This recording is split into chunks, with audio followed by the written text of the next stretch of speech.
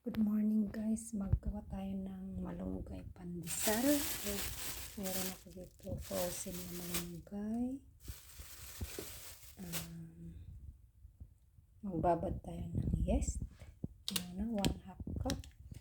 Ito ang aking mga gamit sa spoon. Ay nahulog pa. Ito ang 1/2.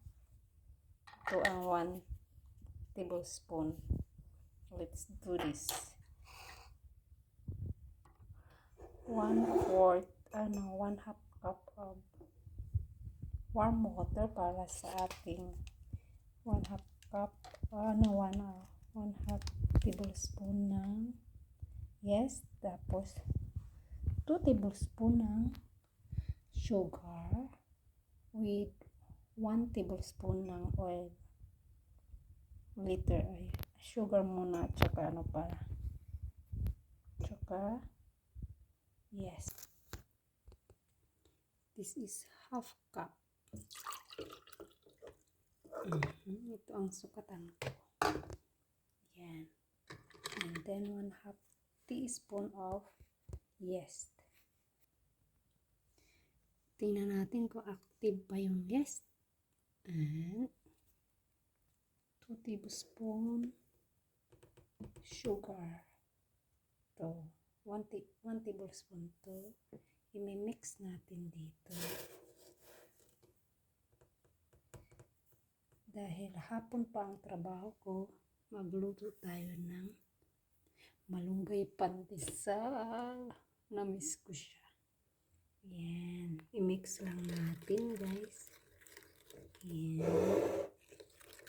Tapos, prepare tayo ng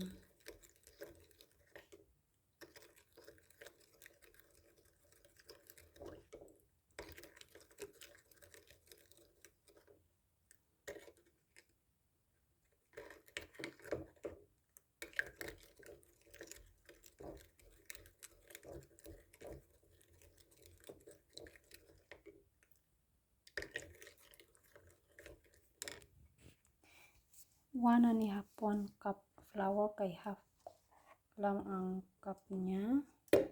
1.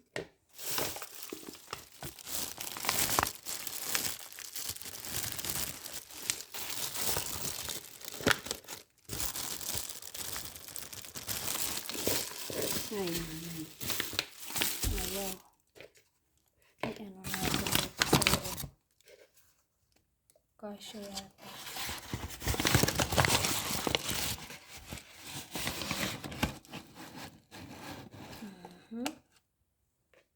And 2.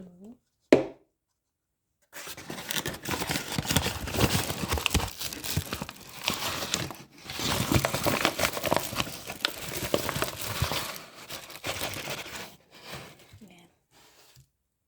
3 cup nito kasi nga ay 1/2 cup ang bawat isa niyan. So 1/2 cup, it's ready with 1 tablespoon of oil. Ito.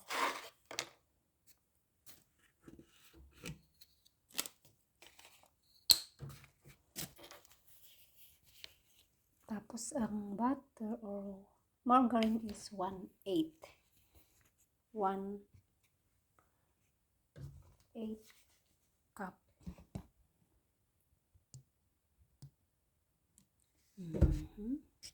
Yan.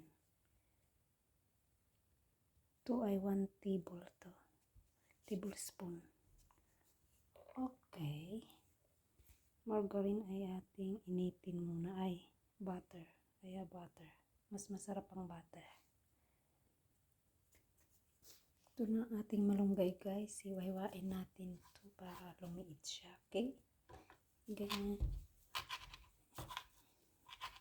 Yan. Naalasak ko lang yung yes natin ng 30 minutes. Ready na. Then, ilalagay na natin dito sa flour.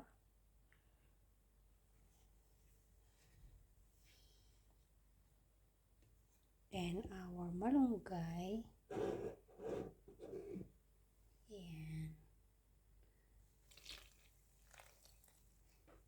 Halo na natin siya.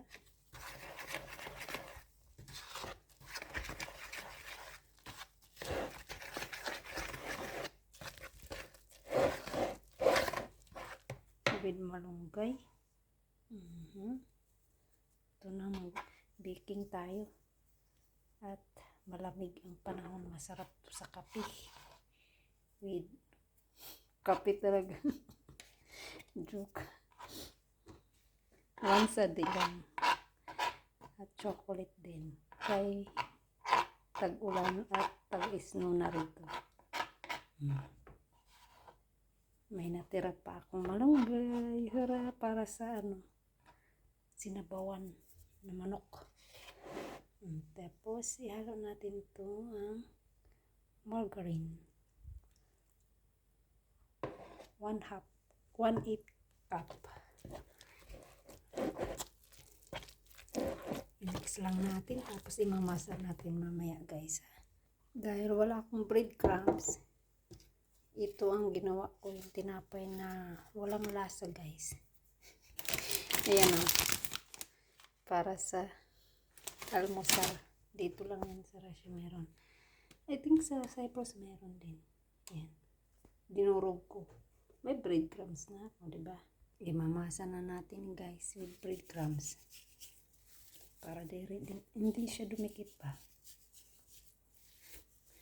Ang ating pandesal malunggay. Hurra!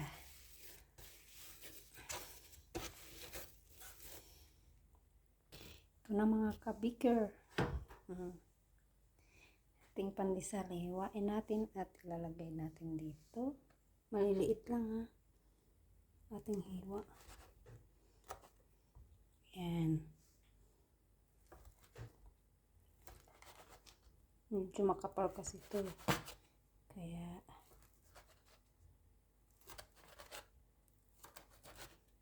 one, two, three, 4, 5, 6, 7, 8, 9, 10, 11, 12, 13, 14,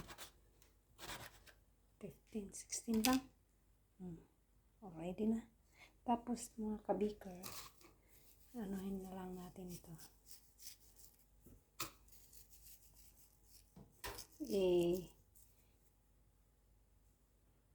Takpan ng cloth ng 1 hour bago i-oven, guys. Okay? Ito na, guys. So, patubuin natin siya within 1 hour.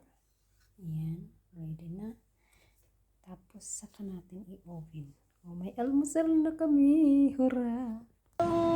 Malunggay! Yum, yum na. Luto na. Ready to eat.